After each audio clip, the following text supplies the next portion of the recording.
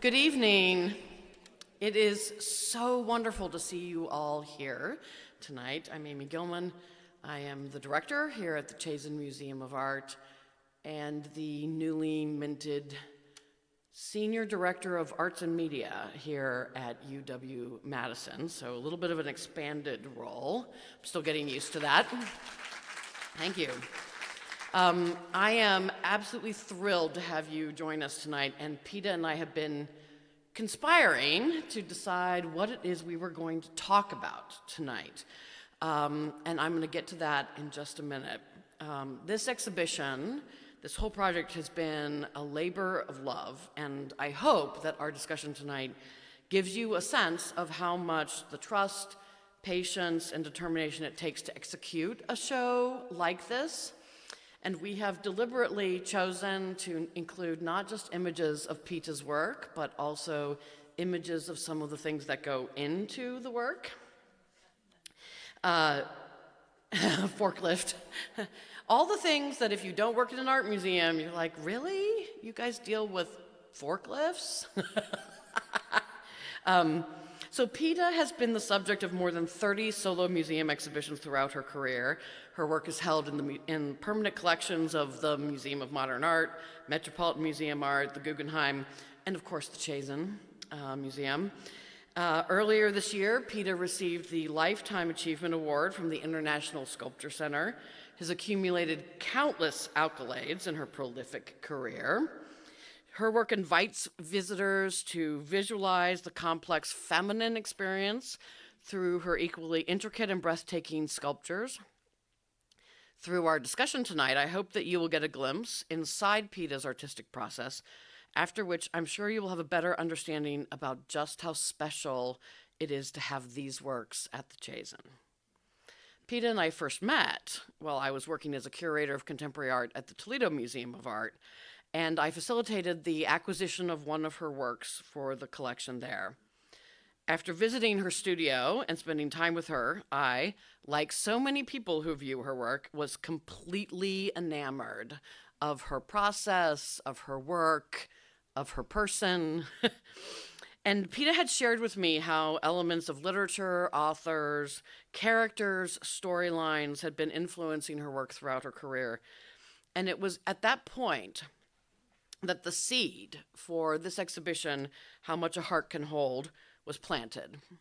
The exhibition title is inspired by a Zelda Fitzgerald quote, "Nobody has ever measured, even the poets, how much a heart can hold." The process of bringing this exhibition to fruition has been long, complex, and it's just totally rewarding here. I just want to say, like, you can't say totally rewarding when you have COVID in the middle of this whole thing, but all right, totally rewarding. Throughout our talk tonight, you'll see many behind-the-scenes images on the slideshow behind us, which will illustrate just how many people it took to pull off a show of this magnitude. And to that end, I want to thank the Chazen staff here at the museum for their unwavering dedication to this show. It truly would not have been possible without their hard work. Specifically, I want to call out Jamie Prey and Haley Hart for putting together the talk and the reception tonight. Additionally, How Much a Heart Can Hold has been supported in many ways by our generous donors. And specifically, I want to thank Pam and Steve Hootkin, who are sitting right here, for supporting the exhibition's accompanying catalog, which is available for purchase in the Chazen Cafe, and Petah will be signing copies of it after the talk this evening. I also want to encourage you to invite friends, colleagues, and family members to experience this exhibition before it closes on December 23rd. And you can find information about related programming, etc., excuse me, on our website and on social media channels. And lastly, it's always an honor when other institutions want to take on a show that you've curated and spend so much of your soul putting into it. And I'm delighted to share that How Much a Heart Can Hold will travel to 2 other venues after the Chazen. It will be next at the Neuberger Museum of Art at Purchase, SUNY Purchase, New York, and Tracy Fitzgerald, who's the director there, is here tonight. And then in late 25, it will be at the Low Art Museum at University of Miami in Florida, which will be, I just want to say that, I'm going to get to this story in just a minute, that I find it very interesting and maybe a little telling that this exhibition has ended up at 3 large university art museums directed by women. Not that it had to do that, that's just the way it landed, and I think that that's probably pretty appropriate. So now it's my distinct honor to introduce artist and my friend, Petah Coyne.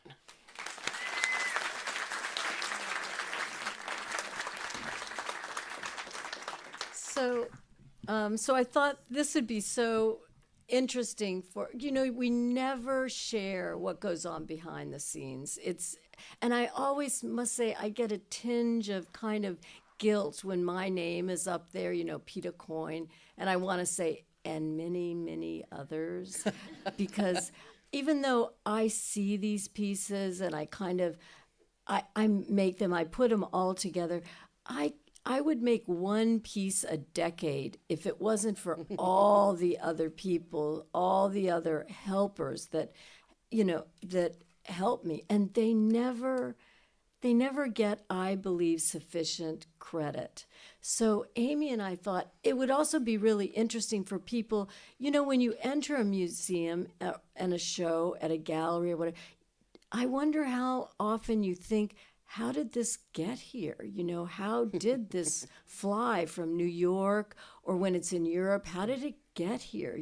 So I thought it would be really interesting to show a lot of the behind the scenes and even, share some of the mistakes that I made on this one, and maybe Amy will share one or two of hers, because I think it's interesting. Like, how did we get over those humps, And so, and some of your best laid plans, your best, you think, okay, I've got this schedule, it's all going to work out. And in all my shows, all my group shows, I always have a schedule, it's always going to run on time. And there's been 2 exhibitions where it has not. The Mass Mocha and this one, things just happen, and they're out of your control. Mass Mocha, I knew I was not going to finish. I just wasn't going to finish it. And I freaked out. And where do I go when I freak out? To Mary Zabatino at Gallery Lalong. And I call her up and I say, I'm not going to finish. I am not going to finish. And she always thinks out of the box. And she says to me, okay, call up every artist that you've done favors for, everybody, that are your friends, tell them to come on over and help you. And I thought, yeah, that's a good idea. So I called up 50 people, and 40 were available to come. And I scheduled them in morning, evening. We had bagels, we had pizza. I gained 20 pounds, But we got that tree done in 20, it was 2 months. And it was like, good, that worked. Thank you, Mary, And so now this time it happened, something else got in a boomerang. And I was like, but you can't call up your friends again, They'll think like, what's the matter with her, So...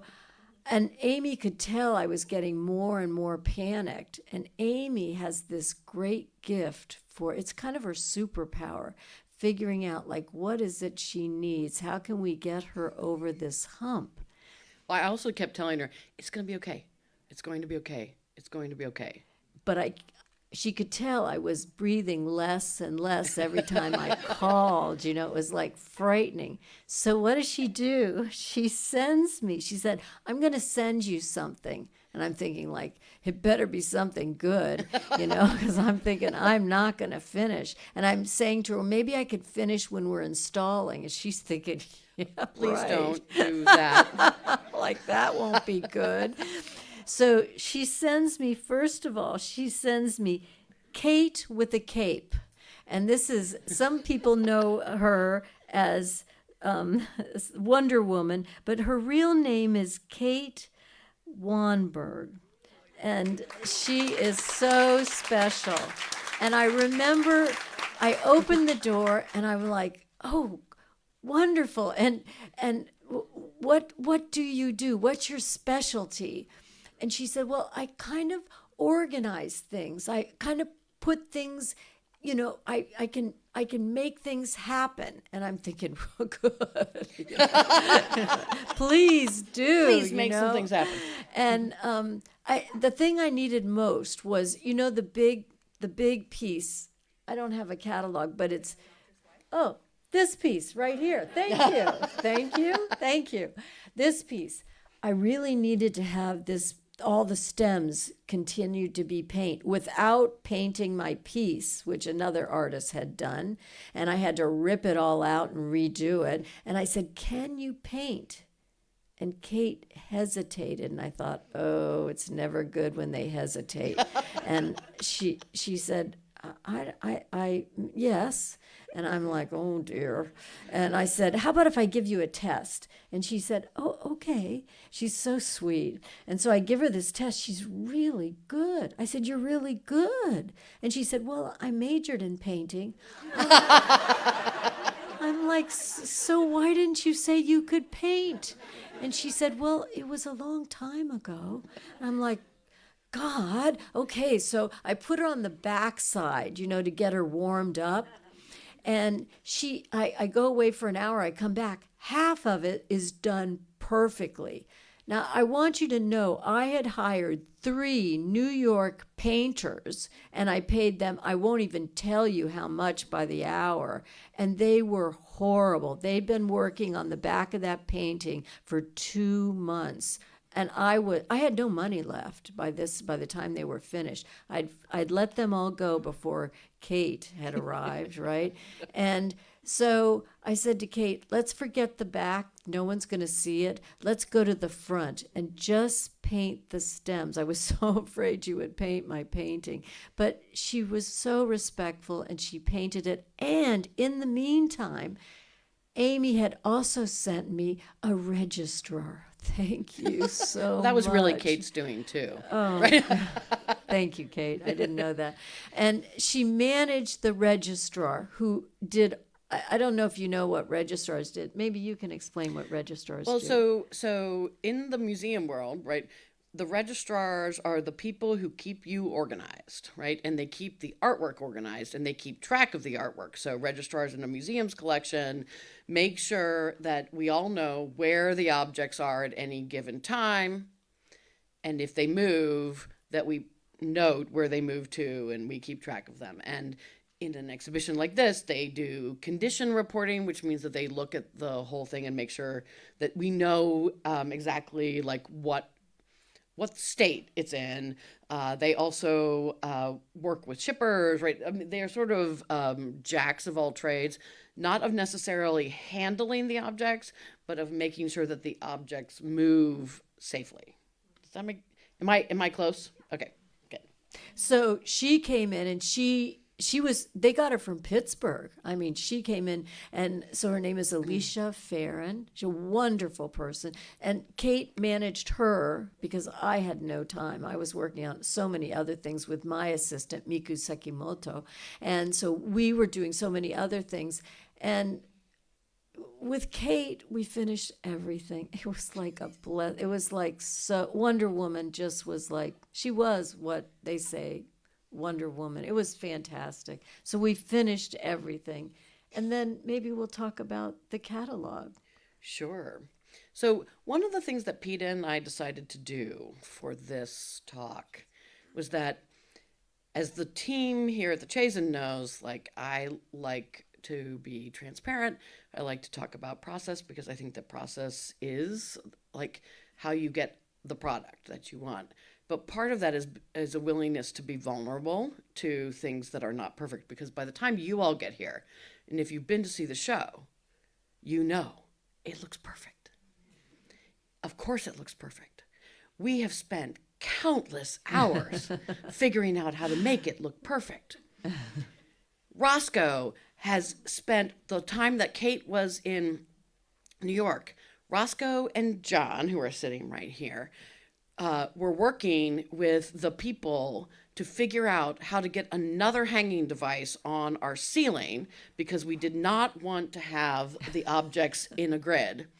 And right now, the hanging points for the ceiling that went in when the building was built are in a grid, right? Which is great if you have only like one object that needs to hang. But when you have bunches of objects that need to hang, you cannot hang them in a row. It's like, what would you call them? Soldiers. It would look like my work was like marching towards So you. there and was I this, like, figure out how to have a hanging point that's not where the hanging point usually is. And so, this is the team who's like problem solving this at the same time. Half the team is away, right? I mean, there's like all of this going on. And it's not that I want you to just be like, oh yeah, now I know exactly how the sausage is made. It's actually like, you don't get to the moment we're at now with the exhibition and the catalog without the kinds of attention to detail and the kinds of skills and the trust that I need to, and Petah needs to put into a team to do all of these things. Like, you don't get there without it, right? And so we wanted to tell stories about the show and about the work and all of this that also illuminate all of the other things that go into making this show possible. So I want to tell two stories. Can I tell about the purple? oh, yes. So have most of you seen at least the opening part of the show, right? There's that very beautiful, deep, dark purple color that like draws you in to the Zelda Fitzgerald piece, which is perfectly lit. Thank you, John. The grays that are in the rest of the gallery are grays that Petah uses a lot. We have never, that I'm aware of, painted the entire gallery a color. Have we done that before? Okay, we've painted parts of it. You would probably notice that are temporary walls or even parts of walls.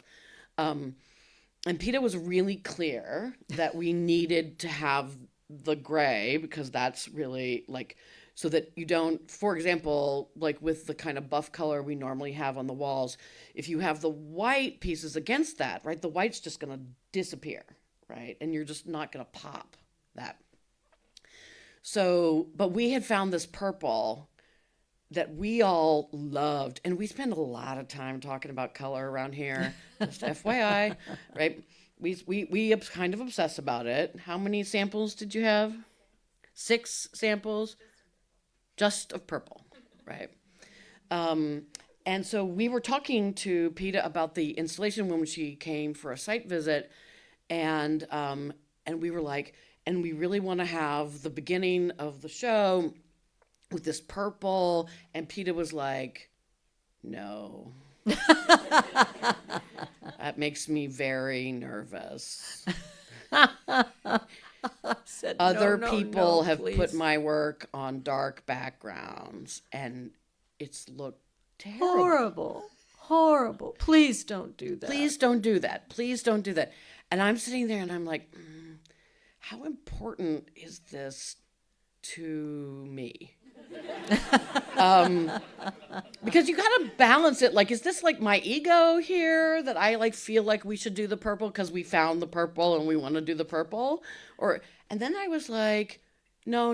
I think I'm right about this. And so we sat in this meeting, and this is like the only time I think I've done this with you where I was like, I like reach across the table and I like hold her hands and I'm like, I need you to trust me. It's going to look amazing. And in my mind, I'm like, ooh, that could be a big backfire for me. Right? Like, if it doesn't look amazing, like, okay, we're going to have to figure out how to paint it at the last minute. And I could tell Petah was very nervous. Yeah. And when I said, oh, no, and everybody's face went from smiling Yeah. like this. And I thought, oh dear. And I remember thinking, how important is this to me? And I remember thinking, how many relatives do I have out here? Does this matter? Will they see it? Who will I know? And I remember thinking, will they take many photographs and will it show up on Instagram very much? And I remember thinking, gosh, doesn't matter. Can I live with it? And then when she touched me and held my hands in both her hands, I thought, oh, I've lost. I have lost. I've lost this battle. And I thought, okay, if I've lost this battle, what can I win? Okay. And she said, about the gray, I said, I'm going to win the gray then. I'm going to get all those walls painted gray. I'm going to get every damn wall. And I looked at her and I said, okay, you get your purple, but I get my gray. You've been in the show. So these are the kinds of decisions. And I think it's to like know that we were both having this like interior monologue, right? About like, is this the hill I'm gonna die on today for this thing? So, but we also wanted to carry the purple and the kind of design that we were talking about into the catalog. And Kirsten Pyers, who's right here, who manages. Oh yeah, here we go. So we spent a lot of time thinking about the catalog, and Petah has had many catalogs. So I also just didn't want it to feel just like everything else, that had been produced, because it's not a retrospective, but there is work from a big range of time periods. So we wanted to be able to reflect that. And so we work with this amazing design firm, Distillery, and Maria there, who I'm sure would be here tonight, but she literally just had a baby right when this went on press. Good timing.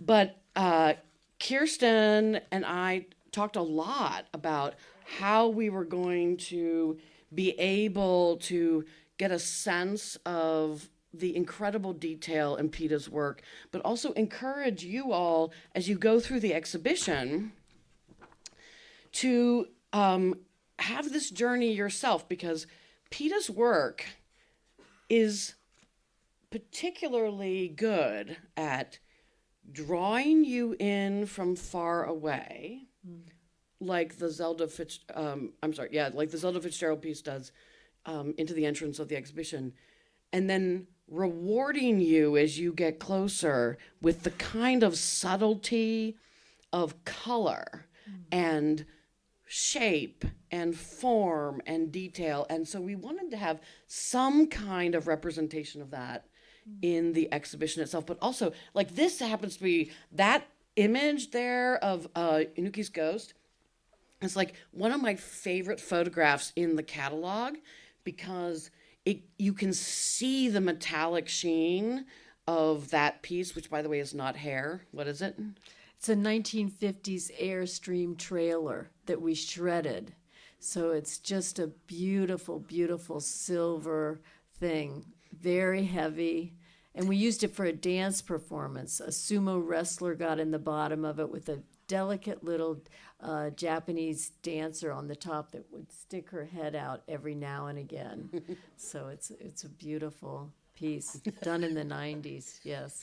So, and the close-ups of it give you this sense of the subtlety of color and that shift in there, so that what we hope is that then you will actually notice those things when you go into the gallery, and you're able to really look at the work, because as Petah knows, my son, the reason why at the opening of the gallery there's the sign that says, "You will want to touch things, please do not," is because when Petah was installing, my son who's 10 came with me, and I was like, Bryce, like you can't touch things when you go into the gallery. And he's like, Mom, I know that. I have been coming to museums forever with you. And I was like, yeah, okay, but don't touch. And he's like, Mom, gosh, you're so embarrassing.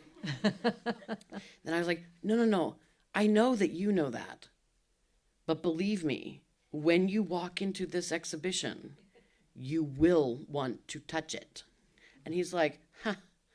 And then he walks in, turns around to me, he's like, I do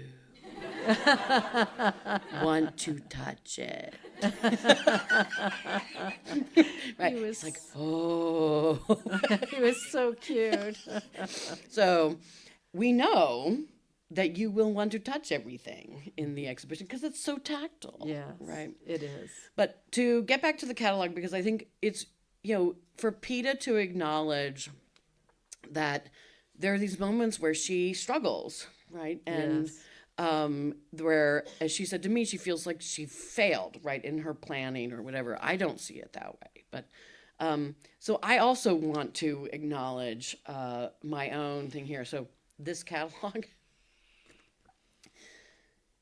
I blew every single deadline. Again and again and again. I had such a hard time with my essay for this catalog, as Kirsten and Kate know.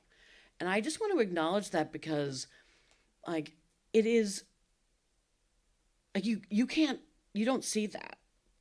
But I really struggled. And partly I struggled because we have been talking about the show since 2018. And I conceived of it around that time. Mary and I had a first conversation about it, I don't know, months after I started this job. It was really soon.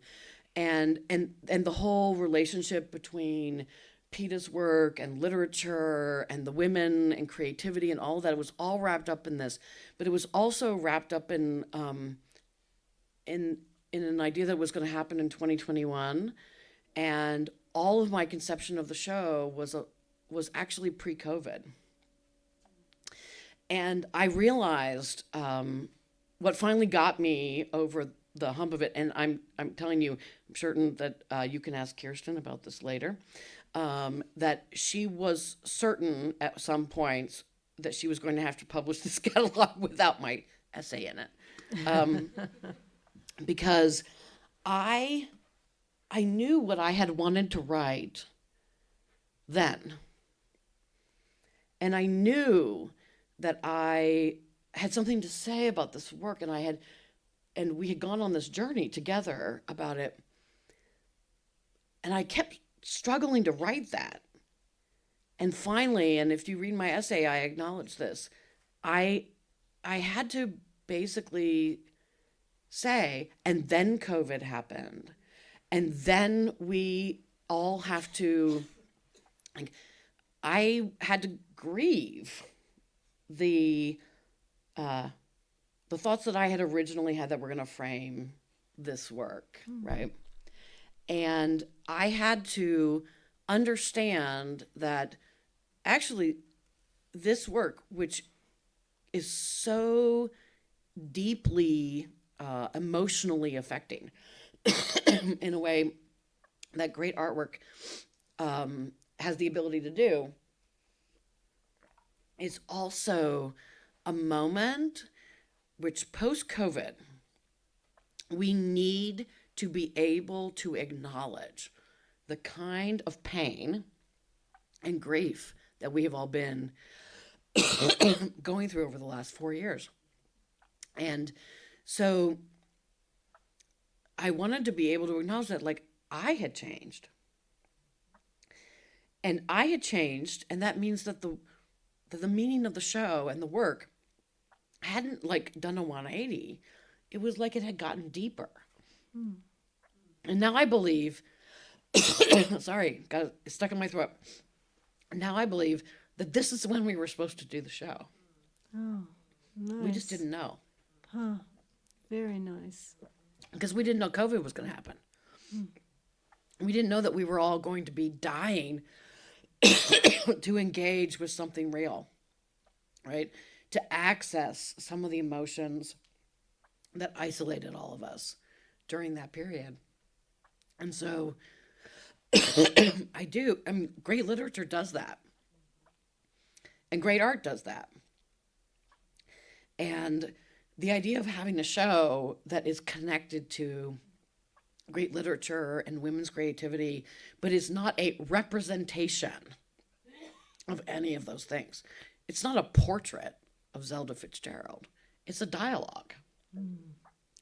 And our artwork can really access those kinds of emotions. And so I had to like start over, right? And so I just want to acknowledge, right, for everybody who has blown a deadline, or many, that how you recover from that is actually by figuring out why. It wasn't just that I was procrastinating. It was like I hadn't figured out how to talk about it again, right? And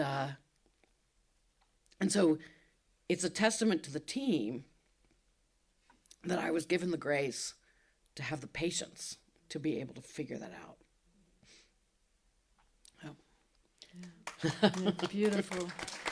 And the essay, I hope you all take the time to read the essay. It's so moving and so beautiful. And sometimes when those things you have to keep thinking about, what is born is even much, much better than if you had just written something just to get it done. It's much, much better. As you all know, for those of you that have struggled with something, what comes out is even more beautiful. So please do read it. It's very, very special. So the one thing I'd like to talk about is the prep team. And it's the hardest thing to do is the prep work when you actually go to install. And I've done so many installations, and so many preps are so difficult. And Kate runs the prep team here, and and she's taught them all. And I have to say, I was so excited. Miku Sekimoto always comes with me, and she's actually on another installation. I'm sorry she's not here today. And but I was so excited. This was totally, of all the years, the many, many years, and I've been doing this since my 20s, and I'm in my 70s now. So all those 50 years, I have never had such a great prep team, and it's because they all work together as a team, but each one has an individual talent that's very unique and special. Because I had to try to figure out why is it that they're such a good team. And they all have a great sense of humor. I mean, Kate came in the building yesterday with Adam. Adam Hutchinson actually was on the team, and now he's actually moved to become the facilitating manager. Is that right? The facilities manager. Thank you. My dyslexia. But he came in with Kate yesterday, and I snuck up on him, and I just threw my arms around him, and I said, "You are coming to my talk, aren't you?" And he was so cute, and he turned around, and he looked at me, and I looked at him, and it wasn't him.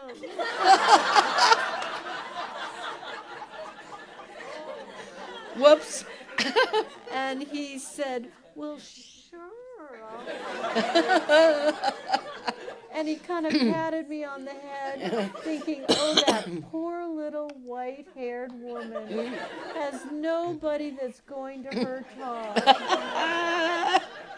And I said, "Oh, no, I'm sorry. I thought you were someone else." And he's like, "Yeah." He was the repairman for some paper something or other. I was so totally embarrassed, And later I did find Adam, and I asked him, looking at his face, "Are you coming to my talk?" But Adam can do, because he does everything, he knows everything about the buildings, he can do just about anything, which is so special. And all these guys are artists, so they have this vision, which they see it as artists, which is just so special. And this guy John, if you know him, he's he loves light. There isn't many guys that can really do lights and love lights. Plus, I want you all to notice his shoes. This guy loves shoes, and he can't afford these like $600 pairs of shoes, so he makes his own. He makes John his is like, own shoes. You just gotta die, right? It's unbelievable, and they're beautiful. They're beautiful. They're better than the $600 shoes. You just can't believe it, right? And today's his mom's birthday, right? So, I mean, these guys do everything. Now, I just want to tell you two things they did. As you know, we couldn't hang a lot from the ceiling, right? And my main piece, the one that Kate painted, the Zora Neale Hurston piece, which is the one that's on the wall with the red and the black. Yes, it's Zora Neale Hurston, right? And Zora. Yeah. And she's supposed to hang from the ceiling, and we couldn't get her. So they said, let's cantilever off the wall. Well, again, that was like the purple. I don't think so, and because it's got to go 16 inches off the wall because I need the shadows. Well, John said, I can get you the shadows at 12 inches. I don't think so from 23 feet up. He said, I'll get you those shadows. I'm like, okay, if you can get me those shadows. And then they designed, fabricated, tested, installed, these brackets. You don't find people that can do that. That's so out of anybody's league. And then they put it on false walls, right? That means they're not structurally secured to anything.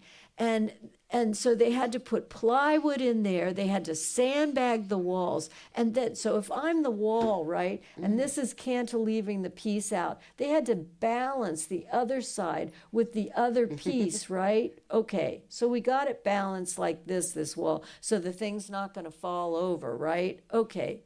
And this one's got a big, heavy plinth. That thing must have weighed 300 pounds. It's on the floor, and it's going to balance this wall out. So we get there, and that's got the hair piece on it. But we get there, and that piece, which is on wheels, and the hair's permanent now. It looks like it's just all flowing, but I made it permanent, so after I'm gone, it'll always be like that, right? But as we're installing it, it's got wheels and stuff. As we're installing it, and we're all looking at it, we're thinking, oh, it really should be up a little on those wheels, and it really shouldn't be attached to the wall. But I'm not going to say that because that's going to mess them all up. So we're all four looking at it, and then Kate comes over and she goes, what are you all looking at?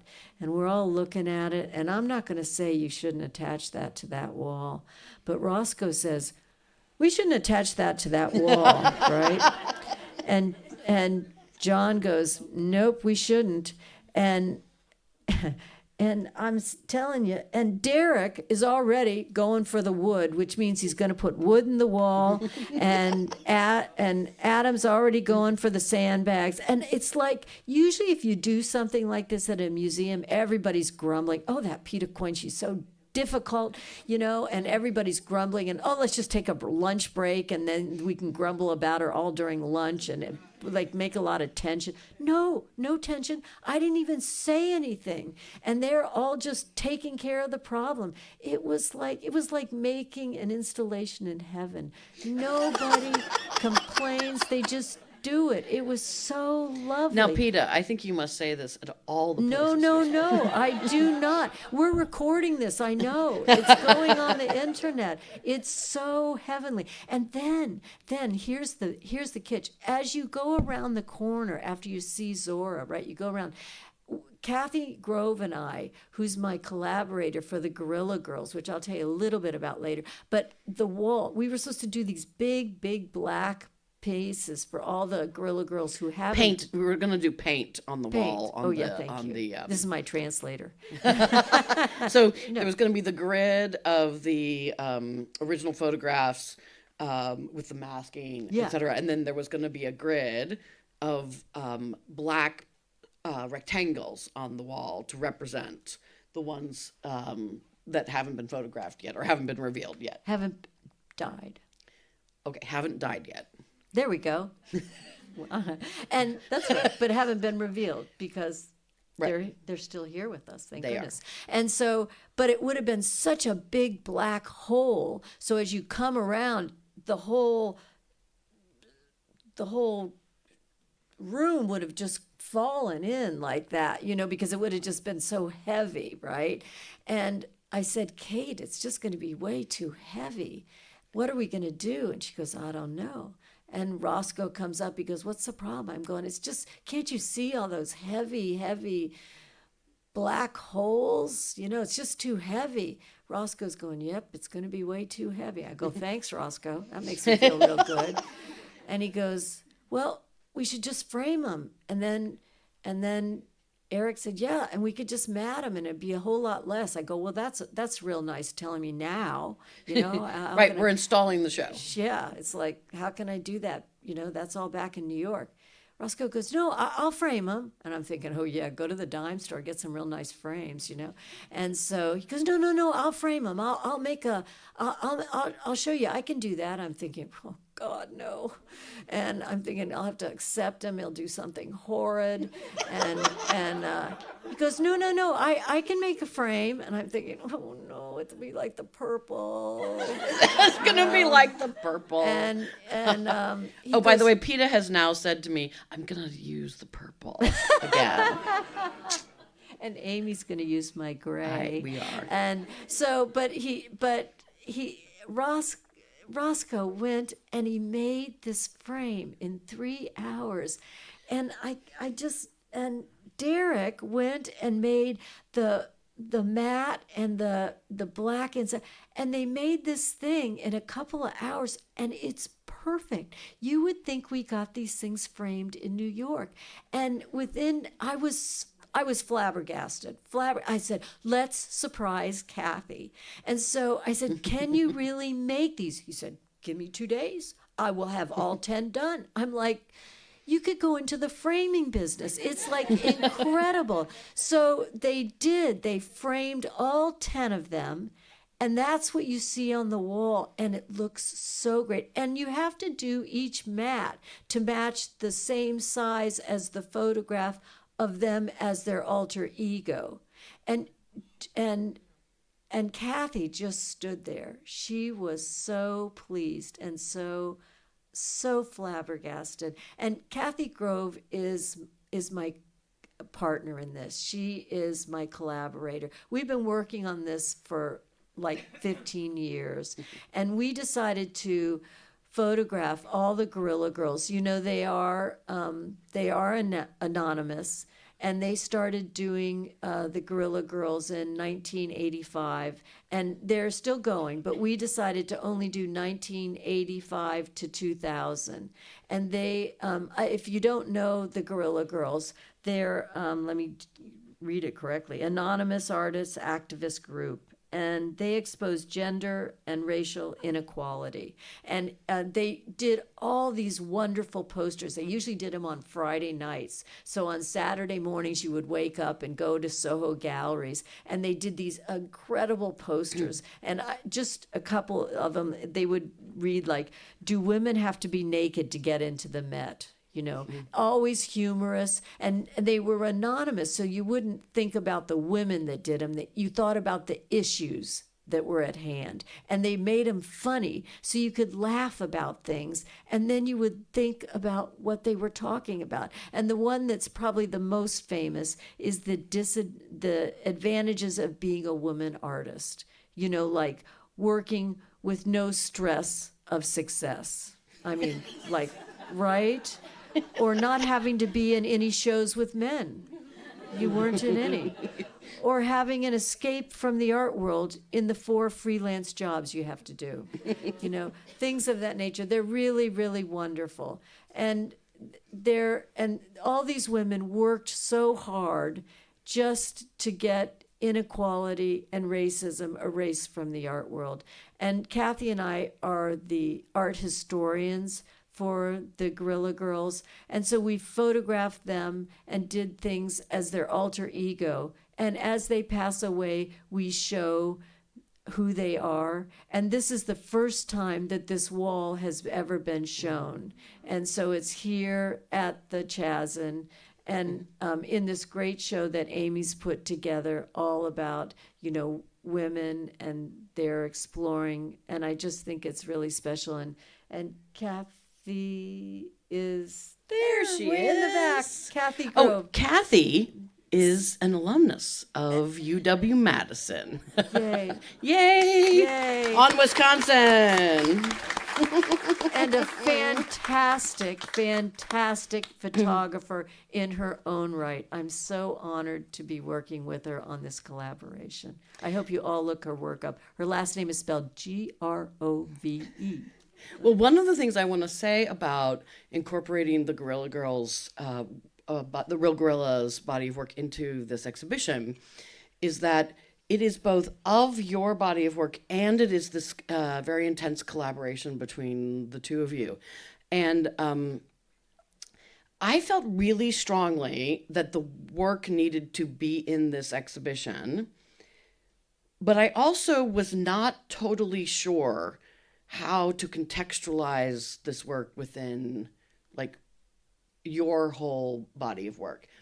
And how it has landed, the fact that in the layout of the exhibition, it's sort of the punctuation mark, right? So it is both of the history of your work here, and it is slightly separate, right? So it is the idea of women and creativity and women who are being creative but not being recognized, right? I mean, there's this like these threads that go through a lot of your work that that are not necessarily obvious from, just sort of like naked eye looking at each individual object. And so with the Real Gorillas, I really wanted to find a way of honoring that, but it is also a physical manifestation of some of the themes. So I had started off by having the whole checklist in these sections, and one of them was women obscured and transformed. And so, into this section goes like Inuki's Ghost, which is, the Airstream trailer piece, and The Doctor's Wife, which has this very incredible story behind it around the kind of like conflict between women and the kind of toxicity of relationships and the kind of transformation that can happen. But I also feel like the Real Gorillas is literally the women are obscured in the things where you can see all of them, right, on the left side. And you deny the view of who they are until they are no longer physically present in the world. Right? I mean, they deny that, right? And you don't reveal them who they are as humans until they pass away. Now, in some ways, isn't that what women artists did for generations? Right? And so there's also this there's this kind of alchemy that happens, I think, in a lot of your work where there's a lot of different layers that are happening between that kind of like transformation that happens when you read something that dramatically affects you, for example. I mean, I don't know about you all. I know I'm very late to this, read Demon Copperhead.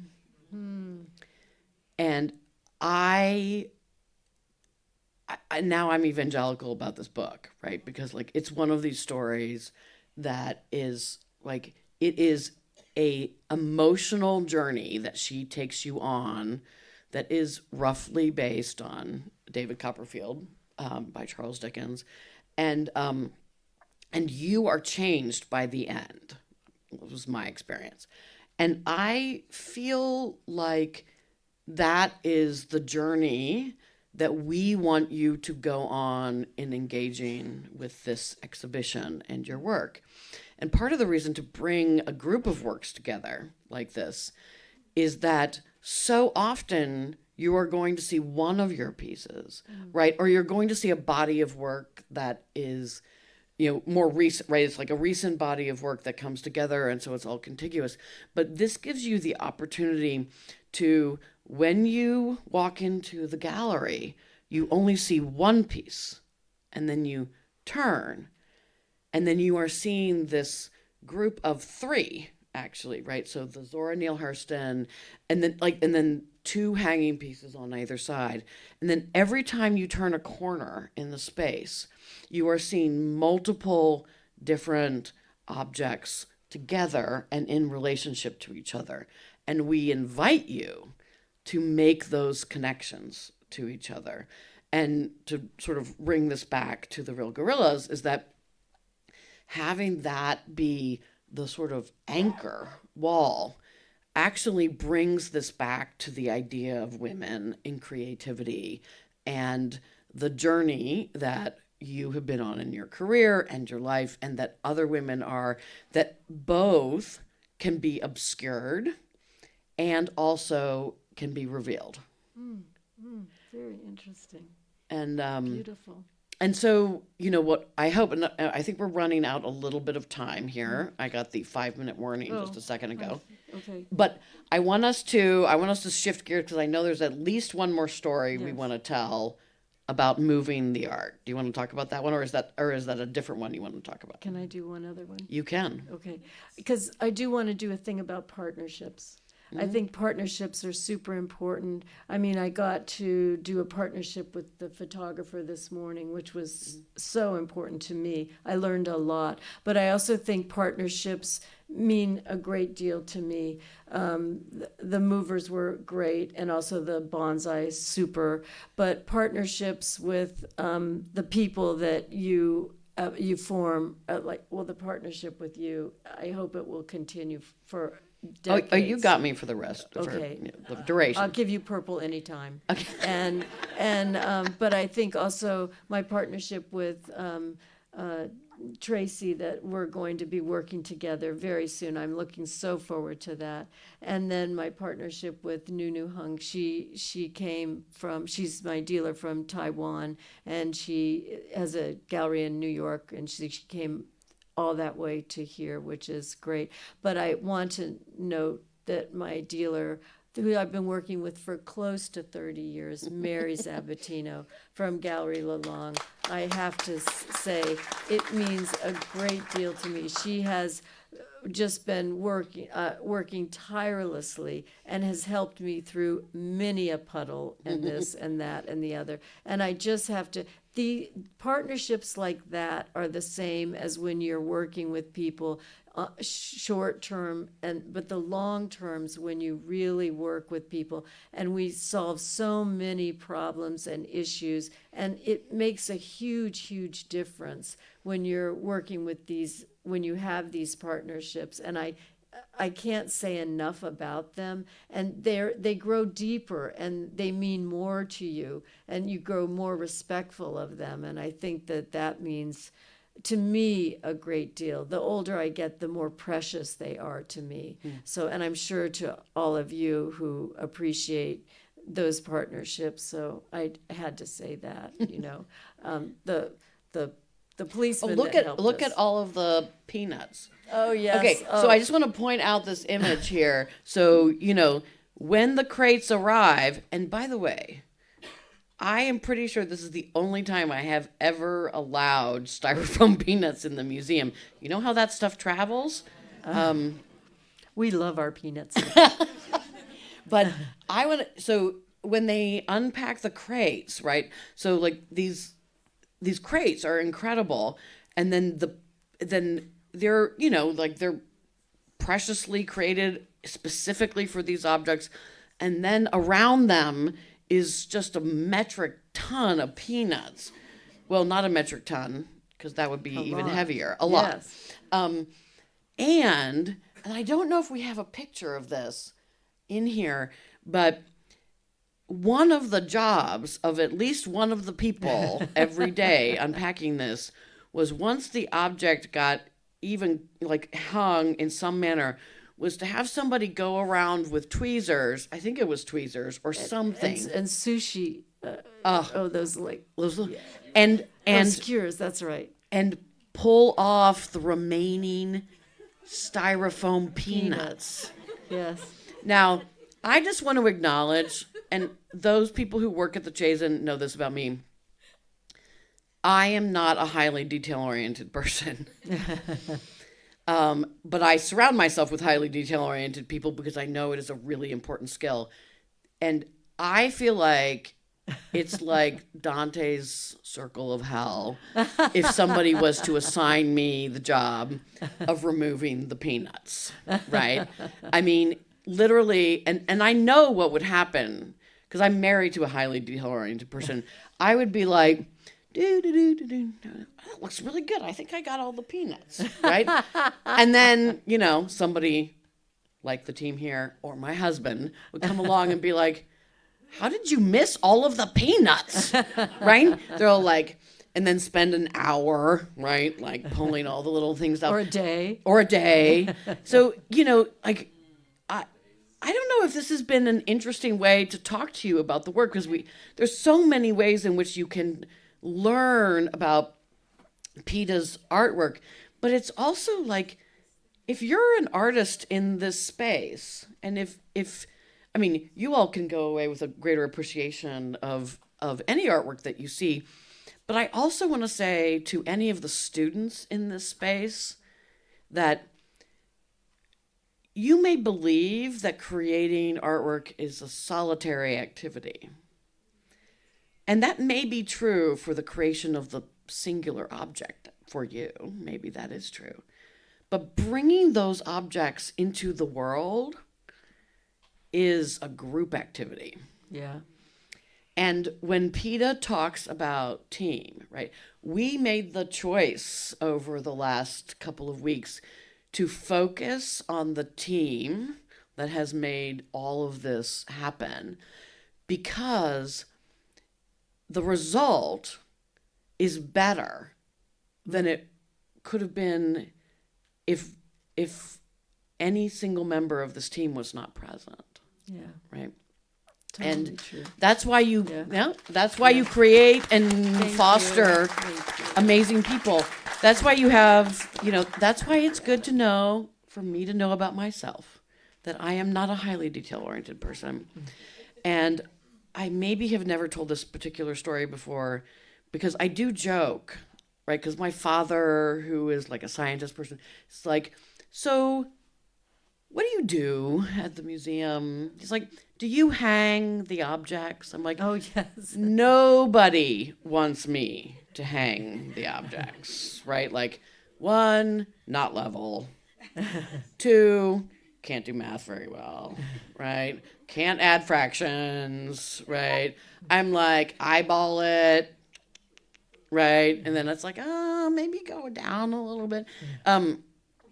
When I was a graduate student in Chicago and I had my first museum job as an intern at the Museum of Contemporary Photography in Chicago, only once did they ask me to hang a group. This is photographs, so let's just be clear, it's not a complicated hang, right?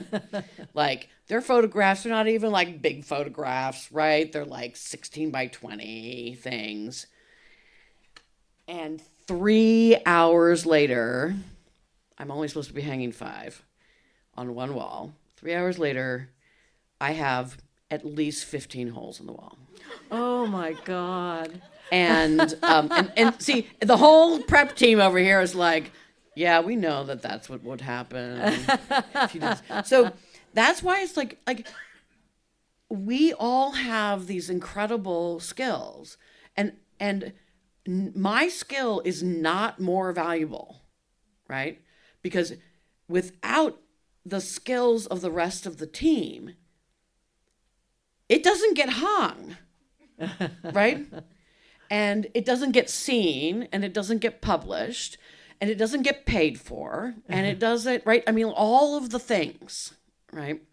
It doesn't get on the forklift to go out of Petah's studio with the NYPD shutting down the street. And by the way, a month before this, Kate's in my office and she's like, I think we might need to use 6 tiny trucks because and I was like, oh really? She's like, yeah, I don't even know how many art handler people we're gonna have to, like, art transportation groups we're gonna have to do because they don't all have that many trucks.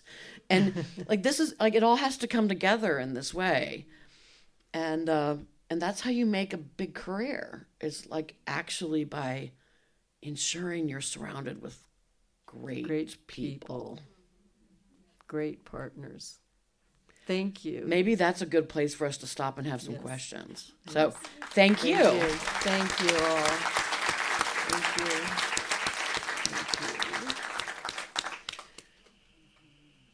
Anybody have any questions?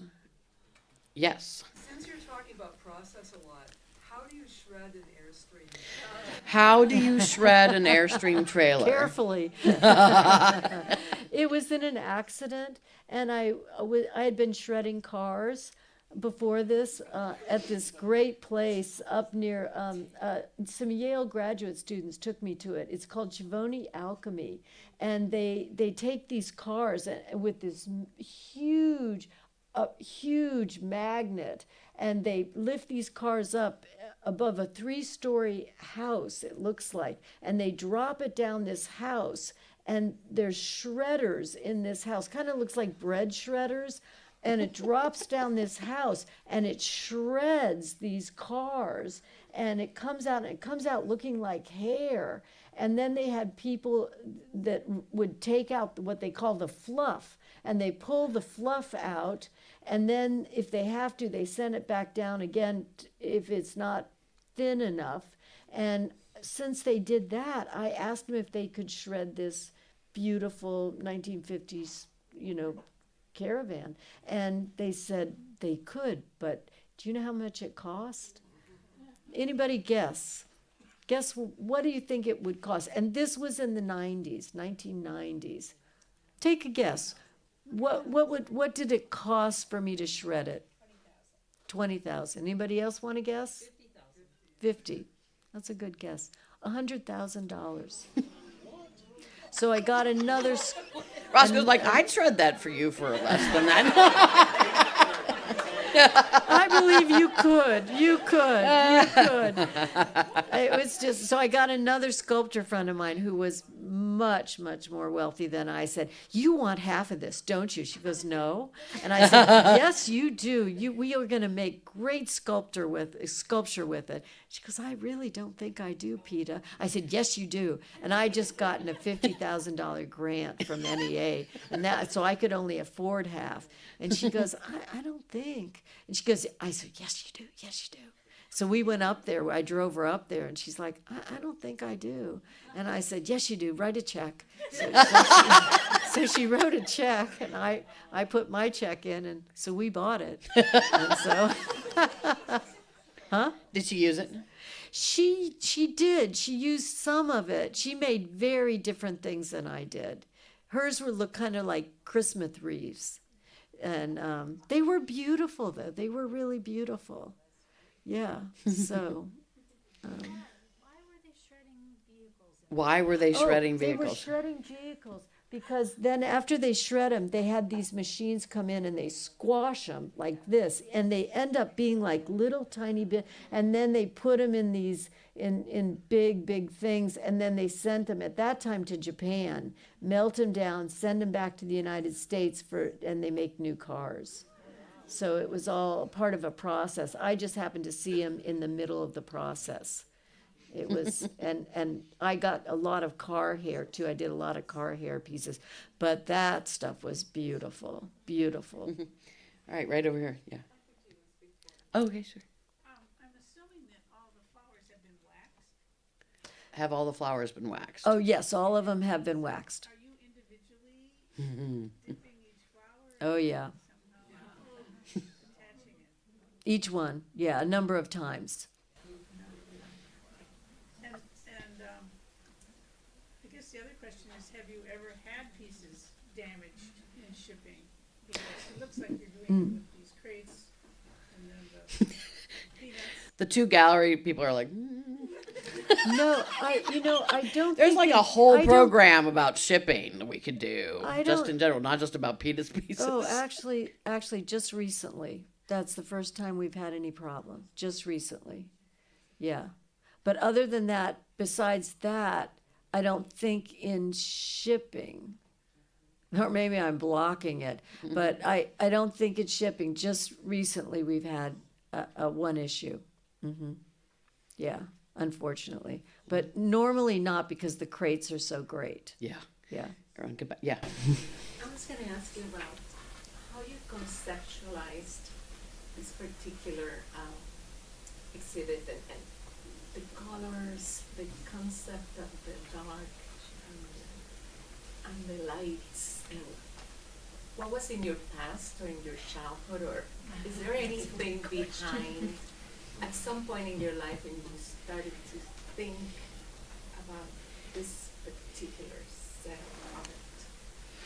of art? So the question is there anything about the way this exhibition came together? Is that what you're, or this group of work that is linked to your past and Conceptualizing it. What motivated you? What emotion? Well, I think I have to give credit to the exhibition more to Amy, because she really thought of the pieces and putting the pieces together. I think the pieces, I've been thinking a lot about that lately, and it really does go back to your early childhood. And my mother was an Ikebana master. She was the first Caucasian Ikebana master, and we lived in a Japanese neighborhood. And my mother, can you describe what ikebana? Oh, Ikebana is Japanese floral arrangements. It's very, very formal floral arrangement. And she would send us out, and we would have to run out and find beautiful things, beautiful, magical things. And they had to be special. And we could only bring her 2 things at the end of like a morning, each one of us. And there were 3 of us. And they had to be amazing. And she would only choose one of the 2 things so there would be 6 hands with 2 things. And she would only choose one of them. And they would have to be incredible, right? And then, so we would only get our things chosen every once in a while. And it could just be a pine cone or a branch, but it had to be incredible, right? It couldn't be ordinary. And then whatever she chose from what we chose, she would tell us why. And then she would make Ikebana from it, right? And then she would say, now I want you to look at this Ikebana and tell me what you see. And we'd raise our hands. She'd go, not yet. And we'd all be like, okay. And then she would just turn the Ikebana and she'd go, now what do you see? And it would be like moving a mountain around. And we'd all be like, ugh. And she goes, now what do you see? And we'd be like, and she'd go, not yet. And she'd turn it a little bit more and we'd all be like, because as you move just 3 elements around, you see a whole different world. And I mean, she was training me to be a sculptor, like, come on, right? And that's how I move around my pieces. I move around and around. And we lived in this incredible environment where there were just orchids everywhere in our yard. And we had tiered gardens. And it was just, it was Hawaii, it was beautiful. So of course my artwork's going to come out. And we moved 15 times before I was even 12 years old, from moving from place to place. And it was always beautiful. So, of course, my work is going to end up so different. So, but Amy put this show together. So So we are going to need to wrap up. Do you have a follow-up? Yeah, the follow-up is, has your mother seen your work? Oh yes, of course we just buried my mother and father both at Arlington this past October. They died a little bit before. They wanted to be buried together, but yes, my mother and my father knew it very well, and I was glad that they could see it. Yes. Thank you for asking. They'd be so pleased. Well, to thank know. you all for coming, and I hope you. that you will all stay and enjoy the reception. We're going to be hanging around, and Petah is going to be out here for the next half an hour or so signing books, we're going to do book sign. If you want to sign a book, you get the book, Petah will sign it, and then you can go pay for it in the cafe. But we hope to see you all out there. Thank you so much for joining us this Thank evening. you. Thank you all so much. Thank you. Thank